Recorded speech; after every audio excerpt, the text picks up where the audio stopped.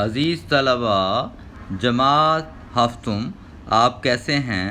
آج ہم آپ کی خدمت میں خورشید اردو ادب چینل کی طرف سے حاضر ہیں اور آپ کی کتاب سورج مکھی سے ایک بہت ہی اہم سبق لے کر حاضر ہوئے ہیں۔ اس سبق کا نام ہے توصیف کا خواب، اور یہ سبق کس نے لکھا ہے؟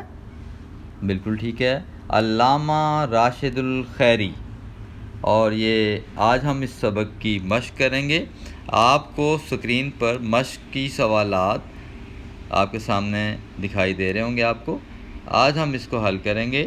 یہ مشقی سوالات اکثر امتحانات میں آ جاتے ہیں اور آپ کو ان کو اب تیار کر کے یہ اندازہ ہو جائے گا کہ یہ بہت ہی زیادہ اہمیت رکھتے ہیں، کیونکہ یہ امتحان میں ہر دفعہ آ جاتے ہیں۔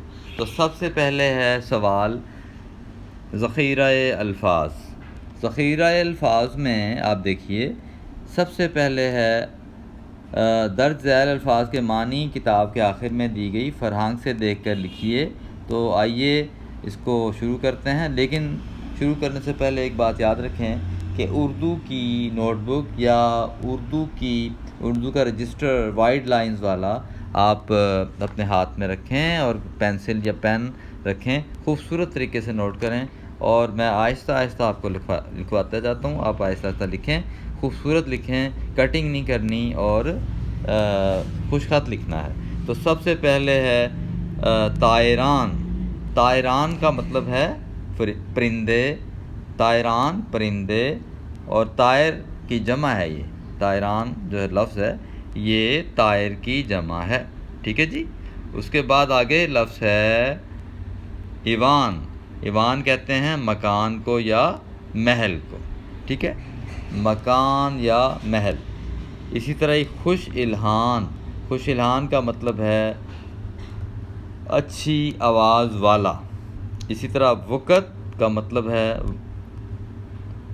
عزت یا اعتبار۔ اس کے بعد ہے مصمم۔ مصمم کا مطلب ہے پختہ یا مضبوط۔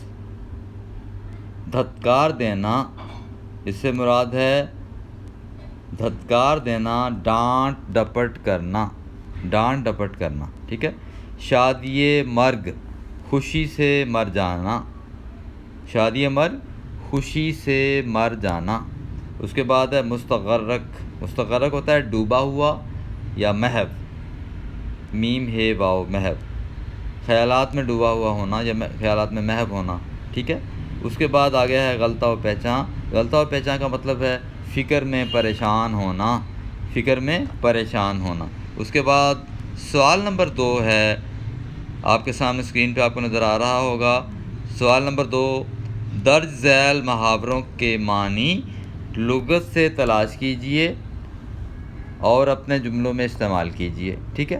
تو ہم اس کو حل کرنے کی کوشش کرتے ہیں۔ آپ آرام سے لکھ لیں، اس میں جلدی نہیں کرنی آپ نے، میں بہت ہی آرام سے آپ کو کروا رہا ہوں۔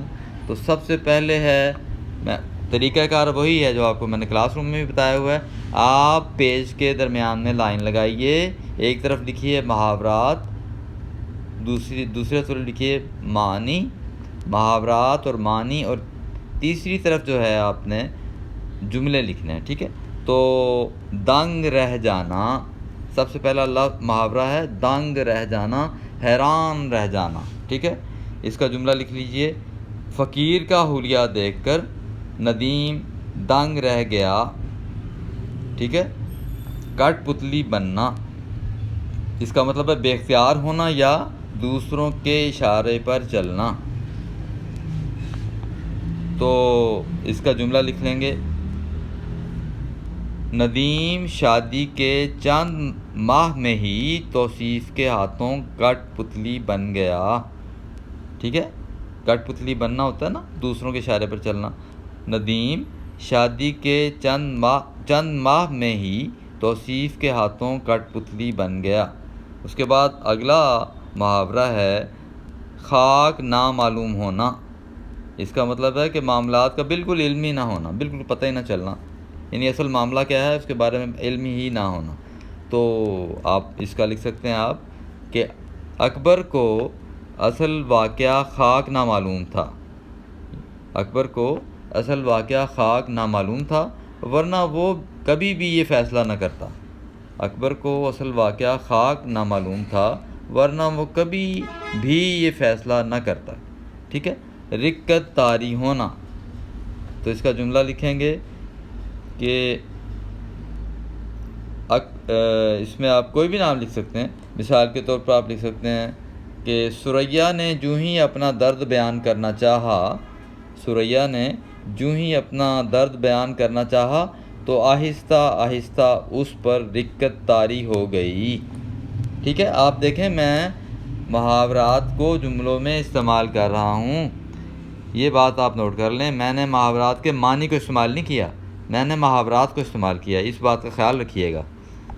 بعض بچے کیا کرتے ہیں، معنی کو استعمال کر لیتے ہیں، حالانکہ صاف لکھا ہوتا ہے کہ محاورات جو سے ہیں ان محاورات کو آپ نے استعمال کرنا ہے۔ ٹھیک ہے، اس کے بعد یہ ہے ہچکی بند جانا، ہچکی بند جانا، تو اس میں دیکھیں ہچکی بند جانے سے مراد ہے روتے روتے سانس رک جانا، روتے روتے سانس رک جانا۔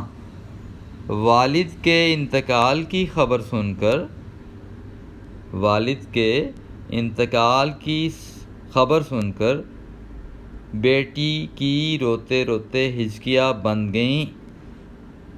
والد کے انتقال کی خبر سن کر بیٹی کی روتے روتے ہچکیاں بند گئیں۔ ٹھیک ہے، اس کے بعد آگے ہے مامتا ٹھنڈی ہونا، ماں کو سکون ملنا سے مراد، میں نے پہلے بھی آپ کو بتایا۔ تو اب آپ اس کا لکھیں گے کہ آپ نے دیکھا نا کہ جو توصیف کے خواب میں غریب عورت تھی، اس کا بچہ اس کو نہیں ملا تھا، ہم اسی حوالے سے بنا لیتے ہیں جملہ کہ غریب عورت نے اپنے بچھڑے ہوئے بیٹے کو گلے سے لگایا تو اس کی مامتا ٹھنڈی ہوئی۔ غریب عورت نے اپنے بچھڑے ہوئے بیٹے کو گلے سے لگایا تو اس کی مامتا ٹھنڈی ہوئی۔ اس کے بعد اگلا ہے محاورہ حالت ردی ہونا، کیفیت بگڑ جانا۔ اس کا مطلب کیا ہے، کیفیت بگڑ جانا۔ آپ کو پتہ ہے نا کہ وہ جو بچہ تھا وہ بہت زیادہ بیمار تھا، اس کی حالت ردی ہو گئی تھی بیماری کی وجہ سے، اور اس میں اس کو دوائیاں دی جا رہی تھیں لیکن اس کو آرام نہیں آ رہا تھا۔ تو میں آپ کو سبق سے ہی اس کا جملہ بنا دیتا ہوں تاکہ آپ کو آسانی سے یاد ہو جائے۔ تو اس میں آپ دیکھ لیجئے کہ حالت ردی ہونا، تو یہاں آپ لکھیں گے اس کا جملہ کہ مریض کو بہت دوائیاں دی گئیں لیکن اس کی حالت ردی ہوتی گئی۔ مریض کو بہت دوائیاں دی گئیں لیکن اس کی حالت ردی ہوتی گئی، یعنی حالت بگڑتی چلی گئی، یہ اس کا مطلب ہے۔ اس کے بعد ہے جتن کرنا۔ ٹھیک ہے، تو جتن کرنے کا جملہ آپ بنائیں، یعنی اس کا مطلب ہوتا ہے بہت محنت کرنا، بہت کوشش کرنا، بہت ہی زیادہ سخت محنت کرنا، بہت جتن کرنا۔ تو آپ لکھیں کہ غریب کسان نے اپنے بچوں کو تعلیم کے زیور سے آراستہ کرنے کے لیے ہزار جتن کیے۔